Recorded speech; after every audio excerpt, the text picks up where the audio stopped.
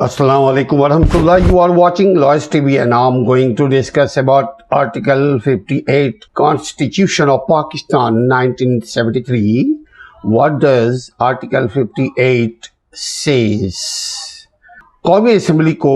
توڑنے کا اختیار. یاد رکھیے 18th امینڈمنٹ میں 58(2)B کو خارج کر دیا گیا، ختم کر دیا گیا ہے، صدر کے اختیار کو ختم کر دیا گیا ہے، مگر ابھی تک جو موجود ہے قانون ہم اس کے اوپر گفتگو کرتے ہیں۔ آرٹیکل 58 آئین پاکستان دستور پاکستان کا آرٹیکل نمبر 58 کہتا ہے کہ صدر قومی اسمبلی توڑ دے گا، اس کو توڑنے کا حق حاصل ہے، مگر شرط کے ساتھ اگر وزیر اعظم اسے باہمی طور پر مشورہ دے، یعنی وزیر اعظم اور کیبنٹ مشورہ دیتا ہے تو صدر مملکت اسمبلی کو توڑ سکتا ہے۔ اگر وزیر اعظم صدر کو باہمی طور پر مشورہ دے اور قومی اسمبلی تا وقتے کے اس سے قبل برخاست نہ کر دی گئی ہو، وزیر اعظم کی طرف سے باہمی طور پر مشورہ دیے جانے کے بعد 48 گھنٹوں کے خاتمے پر برخاست ہو جائے گی۔ اس کو وضاحت ہم اس طرح سے مزید کرتے ہیں ناظرین، اس سے پہلے کہ ہم وضاحت کے پروسیس میں آئیں، ابھی تک اگر آپ نے چینل کو سبسکرائب نہیں کیا تو سبسکرائب کر لیجئے تاکہ آئندہ آنے والے ویڈیو بھی آپ تک پہنچتی رہے۔ آرٹیکل نمبر 58، اس آرٹیکل نمبر 58 میں وزیر اعظم کے حوالے سے کسی ایسے وزیر اعظم جس کے خلاف قومی اسمبلی میں عدم اعتماد کے ووٹ کے لیے قرارداد کا نوٹس دے دیا گیا ہو لیکن اس پر رائے دہی نہ کی گئی ہو، یا جس کے خلاف ایسی کوئی قرارداد منظور کی جا چکی ہو جو استعفیٰ دینے کے بعد قومی اسمبلی کے برخاست ہو جانے کے بعد اس عہدہ پر برقرار ہو۔ ابھی آپ یاد کیجئے کہ کچھ ہی دن پہلے کی بات ہے کہ عمران خان کے خلاف نو کانفیڈنس موو ہو رہا تھا، بلکہ ہونے جا رہا تھا، بلکہ ہو چکا۔ تو عمران خان نے، یعنی بحیثیت وزیر اعظم عمران خان نے صدر کو مشورہ دیا تھا کہ اسمبلی کو توڑ دیا جائے، مگر اسمبلی چونکہ آلریڈی نو کانفیڈنس موو ہو چکا تھا آرٹیکل 95 کے تحت، آرٹیکل 95 کانسٹیٹیوشن آف پاکستان 1973 کے تحت، اسی لیے توڑا نہیں جا سکا کیبنٹ کو۔ آرٹیکل 58 کا 2، آرٹیکل 48 کی شق نمبر 2 میں شامل کسی امر کے باوجود صدر بھی اپنی صوابدید پر قومی اسمبلی توڑ سکے گا، جبکہ اس کی رائے میں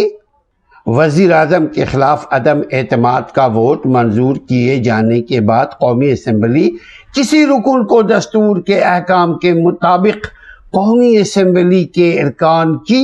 اکثریت کا اعتماد